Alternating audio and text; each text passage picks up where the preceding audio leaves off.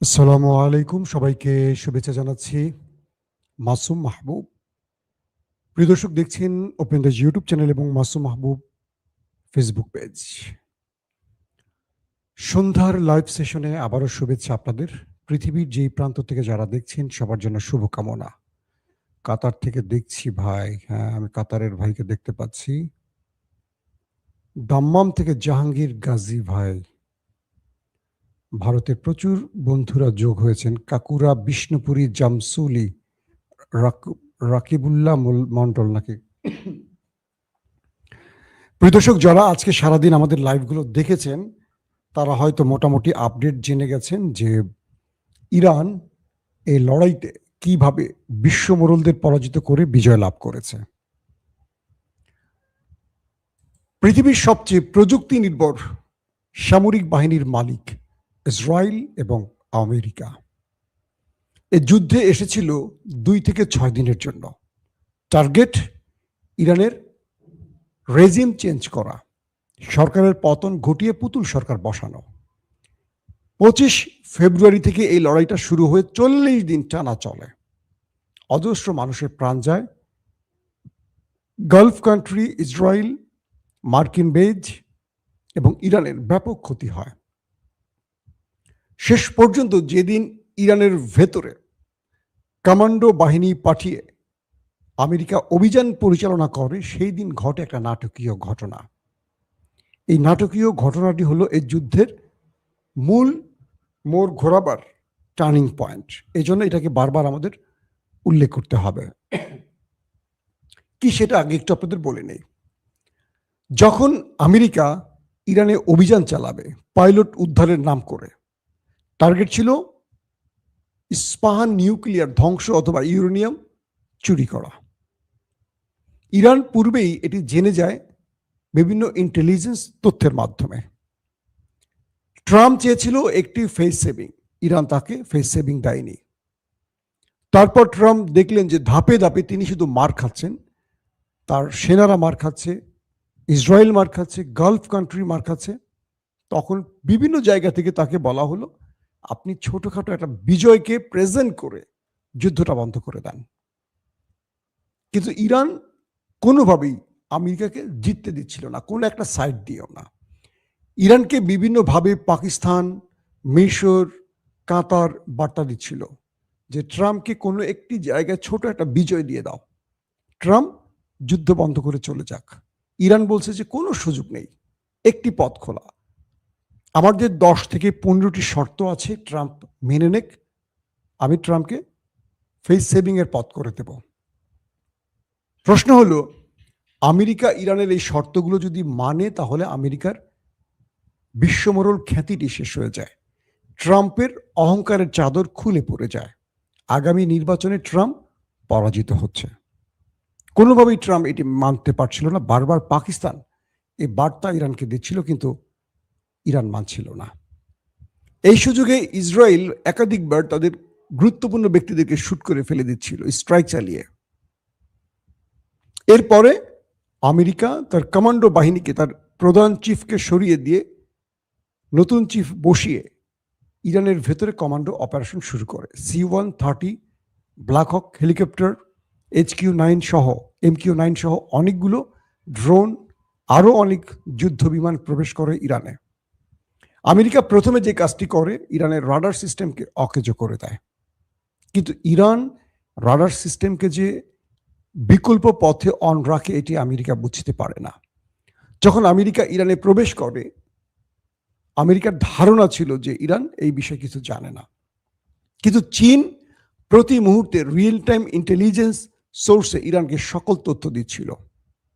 উপগ্রহের মাধ্যমে বা স্যাটেলাইট তথ্যের আলোকে প্রতি মুহূর্তে মার্কিন এয়ারক্রাফটের অবস্থান ইরান জানছিল।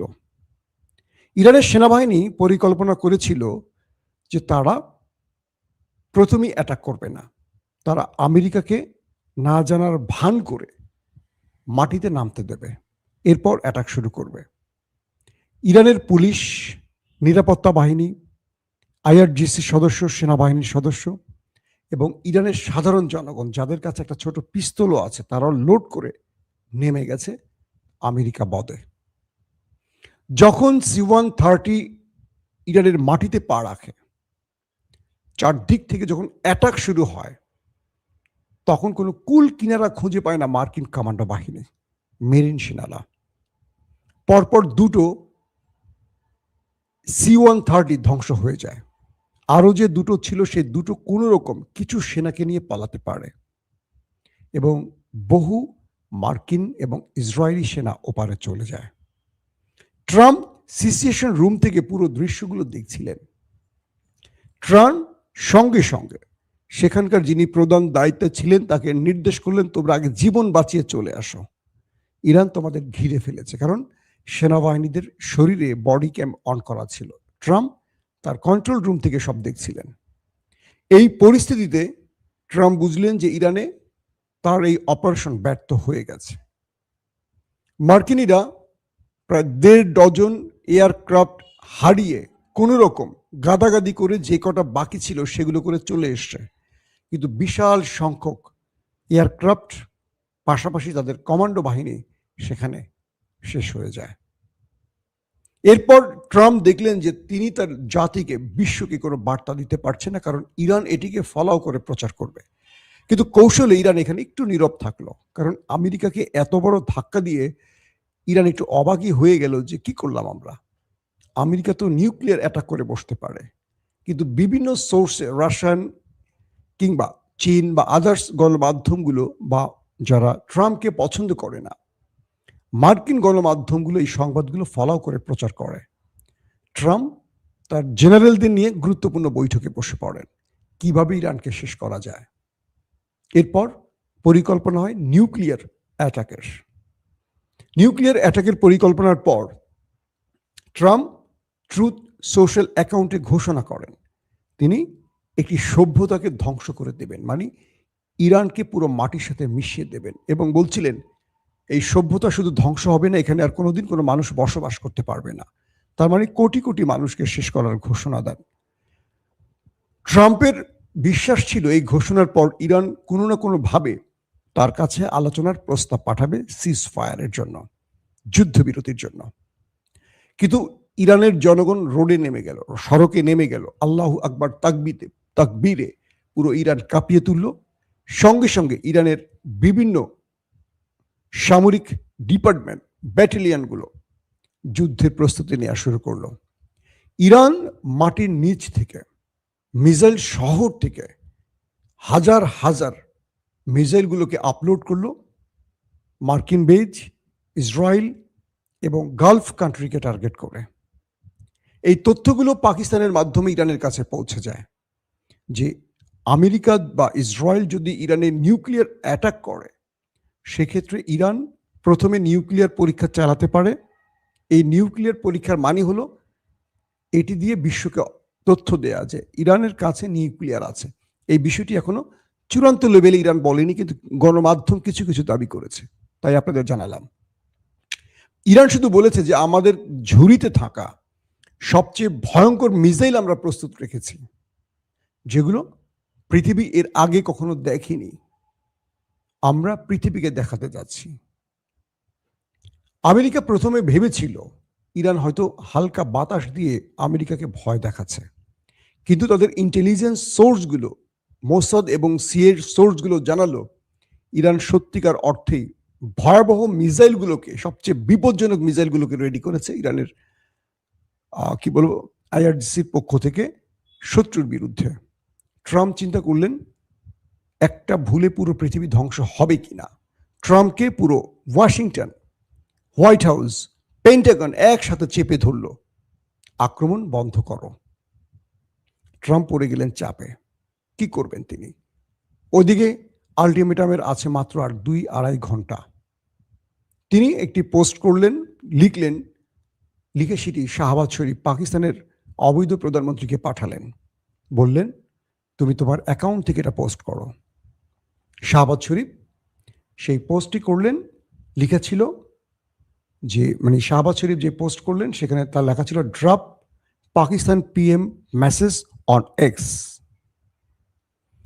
এটি প্রচারের মাধ্যমে সোশ্যাল মিডিয়াতে প্রমাণ হয়ে যায় যে আমেরিকা এই ড্রাফটটি লিখে দিয়েছিল শাহবাজ শরীফকে। এটি শাহবাজ শরীফের নিজের পোস্ট নয়। এরপর মার্কিন যুক্তরাষ্ট্রের পক্ষ থেকে শাহবাজকে ধমকি দেওয়া হলে তিনি এডিট করে এই শিরোনামটি ফেলে দেন, বাকি অংশটা রাখেন। এটি ছিল কালকের বা আজকের সকাল পর্যন্ত আপডেট। এখন বিষয়টাকে, এই যুদ্ধে হেরেছে কে? এই যুদ্ধে আমেরিকার কোনো শর্ত ইরান গ্রহণ করেনি। ইরান 10টি শর্ত জুড়ে দিয়েছে আমেরিকার হাতে পাকিস্তানের মাধ্যমে। প্রধান কয়েকটি শর্ত বলি, 10টি আমার সকাল 9টার লাইভে বলেছি, আর নতুন করে বলতে চাই না। প্রথম, হরমুজ প্রণালী ইরানের দখলে থাকবে, এখান থেকে ইরান টোল আদায় করবে, কারণ ইরানের ব্যাপক ক্ষয়ক্ষতি হয়েছে, এটার কি বলবো, রিবিল্ড করতে হবে। 2 নম্বর, গালফ কান্ট্রি থেকে, আরব থেকে সকল মার্কিন বেজ উঠে যাবে, কোনো আমেরিকারা সেনারা এই অঞ্চলে থাকবে না। 3 নম্বর, ইরানের উপর এ যাবৎ যত নিষেধাজ্ঞা দেওয়া হয়েছে সব নিষেধাজ্ঞা প্রত্যাহার করতে হবে আমেরিকাকে। ইরান তার পণ্য, তেল, গ্যাস সহ যা আছে পৃথিবীর বাজারে বিক্রি করতে পারবে অবাধে। ইরানের যা ক্ষতি হয়েছে সেই ক্ষতিপূরণ দিতে হবে যারা এই হামলায় জড়িত ছিল। হিজবুল্লাহ, ইরাক, হুতি এবং হামাস, তাদের উপর আর কোনো আক্রমণ চালাতে পারবে না ইসরায়েল। সকল হামলা বন্ধ করতে হবে এবং ইরান তার শান্তিপূর্ণ নিউক্লিয়ার কর্মসূচি অব্যাহত রাখবে, ব্যালিস্টিক প্রোগ্রামও অব্যাহত রাখবে। এবার চিন্তা করেন, এরকম 10টি দফা বা শর্ত ইরান পাকিস্তানকে দিল। কেন দিল? পাকিস্তানের প্রধানমন্ত্রী শাহবাজ শরীফ প্রেসিডেন্ট ট্রাম্পের হয়ে আসছিল ইরানের কাছে। ইরান তখন বলে দিল এই শর্ত মানলেই আমরা আলোচনা করব, এছাড়া আর কোনো আলোচনা হতে পারে না। অন্যদিকে জাতিসংঘে চীন, রাশিয়ার ধাপানি খেয়ে আমেরিকা সহ্য হয়ে যায়, কারণ বাহরাইনের সেই খসড়া চুক্তিটা বাতিল হয়ে যায় দুটো ভ্যাটো রাষ্ট্রের পাওয়ারফুল ভ্যাটের কারণে। এই পরিস্থিতিতে ইরান তার গেম বা মার্কিন যুক্তরাষ্ট্র তার পরাজয়ের যেই চূড়ান্ত লক্ষ্য সেটি ফুলফিল হয়। আসেন সহজ বাক্যে কয়েকটা কথা বলি। এই যুদ্ধে যদি ইরান হেরে যেত, ইরান ওই রাতেই যুদ্ধবিরতির প্রস্তাব দিত। প্রস্তাব দিয়েছে কে? আমেরিকা পাকিস্তানের মাধ্যমে। 2, এই যুদ্ধে ইরান আমেরিকার কোনো শর্ত গ্রহণ করেনি, শুধু একটি শর্ত, হরমুজ খুলে দিতে হবে। এটা স্বাভাবিক, ইরান খুলেই দিবে, পুরো পৃথিবীর জ্বালানিকে তো অচল করে দেবে না ইরান। ইরান বলছে ওকে আমি খুলে দিব, তবে এখান থেকে আমি টোল আদায় করব। এটা কিভাবে? হরমুজ প্রণালী 21 কিলোমিটারের যে প্রশস্ত সাগরটি আছে, এটির একটি পাশ হলো ইরানের, অন্য পাশ হলো ওমানের।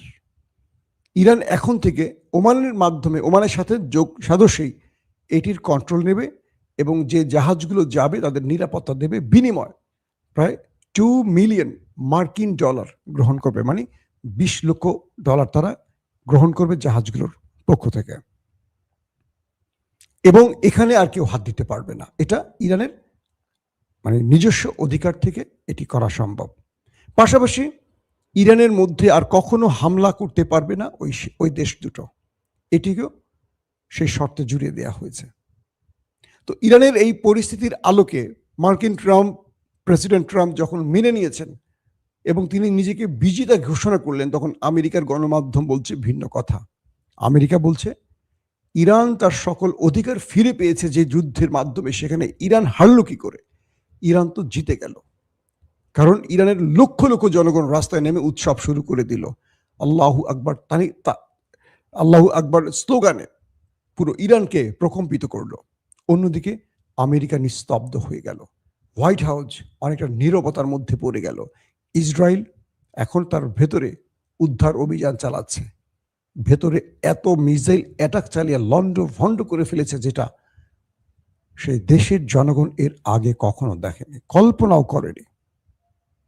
3 নম্বর, আমেরিকা নিজে এই যুদ্ধ বিরতির জন্য বারবারই প্রস্তাব দিয়েছে, একবারও গ্রহণ করেনি ইরান। সর্বশেষ 10টি চুক্তি মেনে নেয়ার ঘোষণা দেওয়ার পর ইরান মেনে নিয়েছে।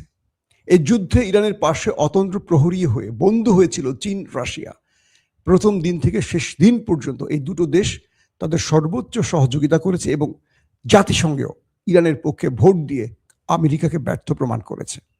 এই যুদ্ধে সবচেয়ে বড় পরাজয় হয়েছে আমেরিকা ইসরায়েলের, শুধু নয় আরবের। আরবরা পেছন থেকে ইরানকে ছুরি মারতে গিয়ে সবচেয়ে বেশি আহত হয়েছে, রক্তাক্ত হয়েছে। কারণ পুরো আরবের ভেতরে প্রতিরক্ষা ব্যবস্থাকে ধ্বংস করে দিয়েছে। ট্রাম্প নিজে বলতে বাধ্য হয়েছে যে ওদের এত মূল্যবান প্রতিরক্ষা ব্যবস্থা বা যুদ্ধ বিমান দিয়েছে যে ওরা একটাও ঠিক মতো প্রতিরক্ষা করতে পারেনি বলে ওরা আক্রান্ত হয়েছে। অর্থাৎ কাতার, কুয়েত, আরব, সৌদি আরব, জর্দান, মিশর, কি বলে বাহরাইন, আরব আমিরাত, তারা এই যুদ্ধে প্রমাণ করেছে যে তাদের সামরিক বাহিনী একেবারে ইরানের কাছে শিশু। কারণ ইরান যখন ঘোষণা দিয়েছিল যদি ইরানে নিউক্লিয়ার অ্যাটাক করা হয়, ইরান পুরো মধ্যপ্রাচ্যকে মাটির সাথে মিশিয়ে দেবে, তখনই মধ্যপ্রাচ্য বুঝতে পেরেছে ইরান রাতে বড় কিছু ঘটাতে যাচ্ছে, এবং ট্রাম্পকে পিছে থেকে টেনে ধরার এটিও একটি কারণ ছিল। অর্থাৎ এই যুদ্ধে পুরোপুরি বিজয় লাভ করেছে ইরান। আগামী 10 এপ্রিল পাকিস্তানের ইসলামাবাদে ইরান এবং আমেরিকার মধ্যে যুদ্ধবিরতির পর দুই রাষ্ট্রের যে আলোচনা সেটা শুরু হতে যাচ্ছে। আশা করা যায় এর মাধ্যমে এই যুদ্ধটি চূড়ান্তভাবে বন্ধ হবে। নতুবা ইরান ঘোষণা দিয়েছে তারা শত্রুকে এর চেয়ে দ্বিগুণ গতিতে আক্রমণ চালাবে। প্রশ্ন হলো, আমেরিকা ট্রাম্পকে সত্যিকার নিউক্লিয়ার অ্যাটাক করত না, তিনি ইরানকে ভয় দেখাতে চেয়েছিলেন। কারণ কোনোভাবেই ইরান আমেরিকা ইসরায়েলকে ভয় পাচ্ছিল না। ট্রাম্প একটি মারলে ইরান দুটো মারছিল। তাই গত রাতে ব্যাপক ইরানে অ্যাটাক করা হয়েছে, ইরানের বড় বড় ব্রিজগুলোকে উড়িয়ে দেওয়া হয়েছে, ইরানও মেরেছে সমানতালে। কিন্তু ইরান একটি বার্তা পৃথিবীকে দিয়ে দিয়েছে, যারা ভয় পায় তারা পরাজিত হয়, যারা ভয় পায় না, যাদের ইমানি শক্তি সবচেয়ে উপরে থাকে, তাদেরকে কেউ পরাজিত করতে পারে না। আজকের মতো বিদায় নিচ্ছি। প্রত্যেকে ভালো থাকবেন। আল্লাহ হাফিজ।